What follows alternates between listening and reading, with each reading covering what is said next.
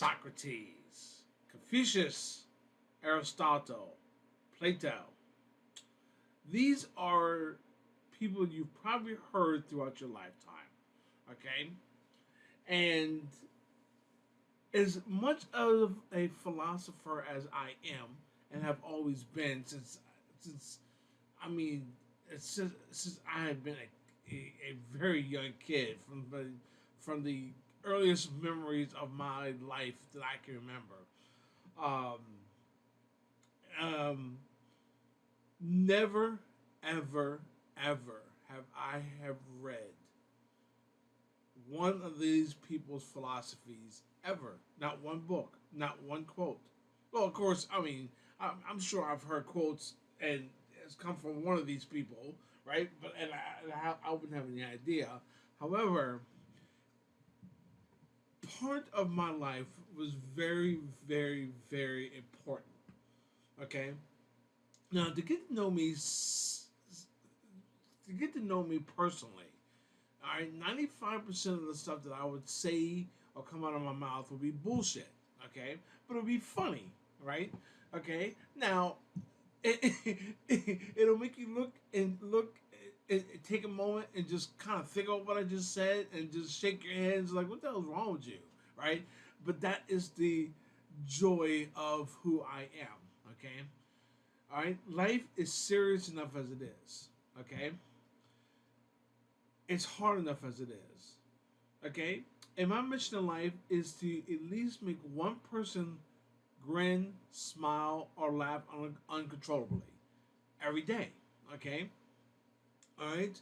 However, my philosophy and my choices in life are not dictated by anybody else but my own.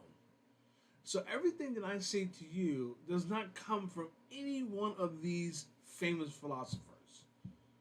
They're my philosophy.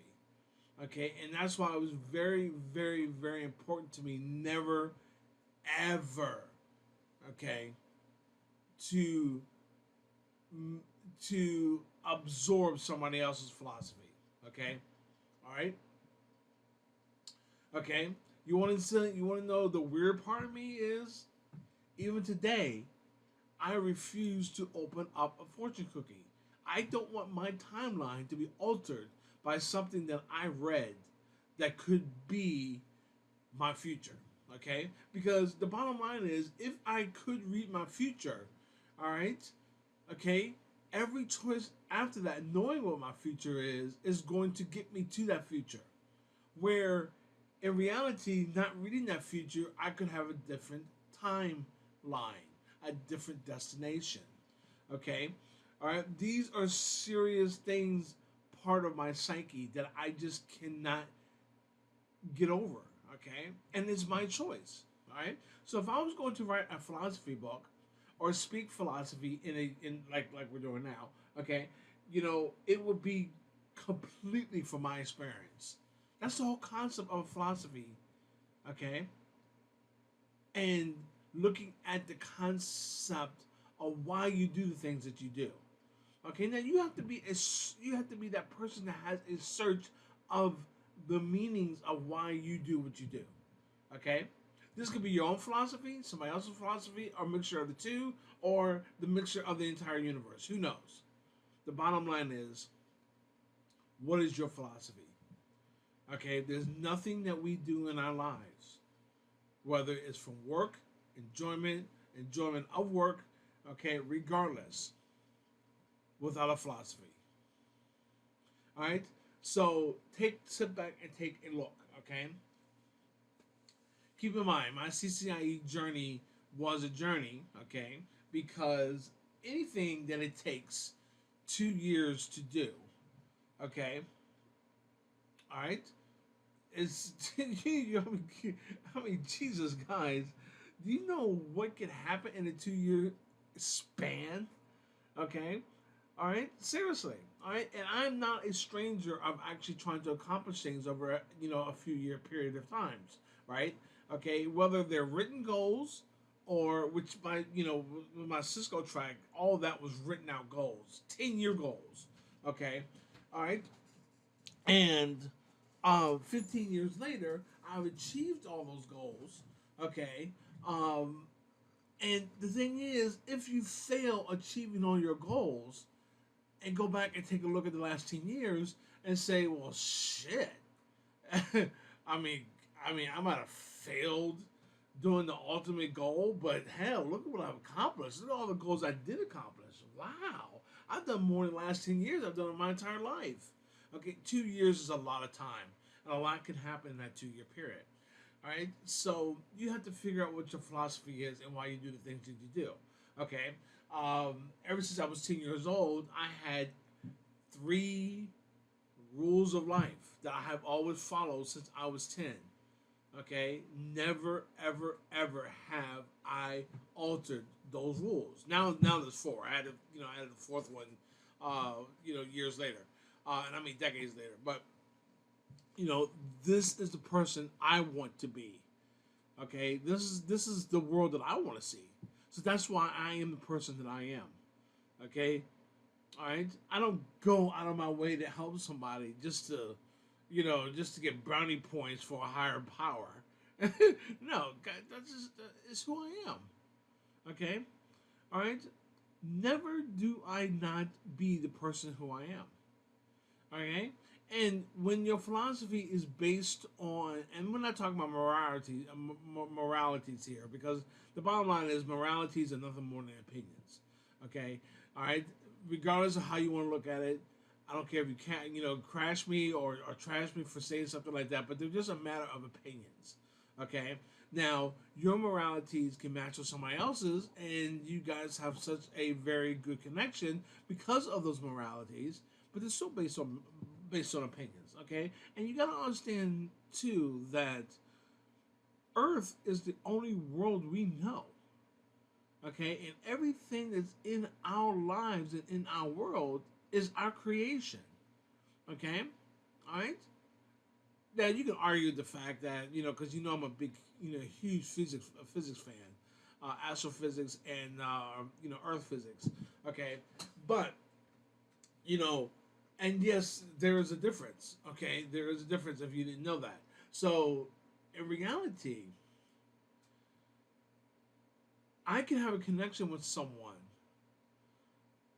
just because our conversation is about physics. Okay, not the smartest thing on the planet. Okay, to do because you're not basing that connection on something that is really tangible to grow on. Okay, you're seeing that relationship through the eyes of a physics conversation, not the reality. Okay, and sometimes hard, because harshness, right? That person's personality, that real intellect, that real inner being, and that real philosophy of that person comes out, and you're like, wow, you're a really horrible person. I was like, I just can't believe someone with such great conversation about physics could be that type of person. Okay, all right. It comes down to the fact of how that person chooses to live. Okay, and you go back and you really think about, and you say, and this happens to me all the time. All right, okay. So at some point you start realizing that okay, maybe instead of blaming everybody else on why they're horrible, why don't you start making different, better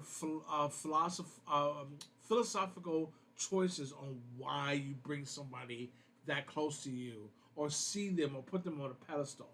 Okay, because eventually you'll be kicking them off that pedestal and be like, "Wow, you are the worst person I ever met in my life." All right, networking has a philosophy, and that's why we talk about these things. Okay, we talk about the real world a lot because the real world is what really is why we do the training. Okay, you can do, and I'm gonna tell you, all my classes, the it's all worth it just to hear someone been in the field for 15, 20 years and say, you know what, Kyle, I never knew a router or a switch could do that. Man, that is the most golden statement still today. Okay? Still today. From the moment I picked up my first Cisco book in 2009. Technically, it was in 2000. I quit because I didn't think I was smart enough, and I came back in 2009. But, not trying to split hairs here, even though I just did. But nonetheless. Okay, so without a philosophy, you have nothing but chaos. Okay, meaning that things will randomly happen around you. You don't get to steer your life in any direction.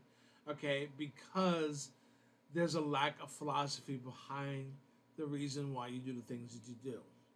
Okay, never forget your core. Always be the person you want to be. You know how I feel about image. Okay, throw that shit out the window. You ain't got time for that because creating an image isn't who you are, and who you are is going to come out, and then everyone's going to be shocked, and then it's be like, well, maybe that person's not the person I thought he was. No, he's not, because everything's been fake. He's been creating an image this whole time. Okay, she's been creating this image this whole time, just so she or he could give an image of being the smartest person in the room. And you have to ask yourself, how did that become a priority of your career? Because this is what fuels that person. All right, call them a narcissist, call them a self-involved person. I don't care how you label them. The bottom line is that's their priority. Okay, all right, and every damn thing that they do, even playing games. Okay, you can tell a lot about someone's personality or character by just sitting down there and playing a video game with them. And I'm not kidding. Okay, you will always see me, like, let's say like a StarCraft mission. Okay, you will always see me very, very quiet in the background, building up my defenses. Okay, all right, and focusing on that, where the next person is trying to kill you very aggressively, okay, in the first 3 minutes, trying to send people to your camp to destroy you, knowing that, okay, most likely you're not going to have the defenses up fast enough to defend them, okay, all right. Okay, the average StarCraft game is what, like 4 hours. If when you're doing a LAN party, yeah, I'm dating myself. But why would you want to? Why would you want to play a game that can last for 4 hours?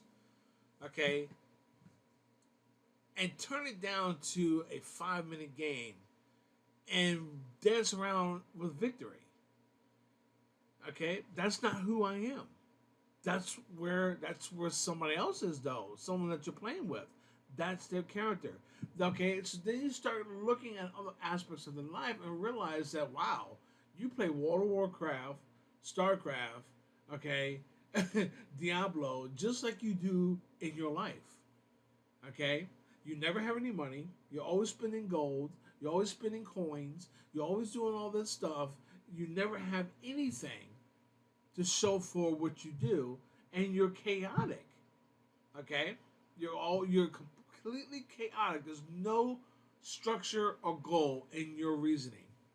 Okay, all right. Now, if you never noticed this before, pay attention. If you still play games with friends and stuff. Okay, all right, you will notice this. All right, without philosophy, there is no purpose. There's a coughing again. Without no purpose, there's no philosophy. Okay? So, be strong, be determined, be Cisco.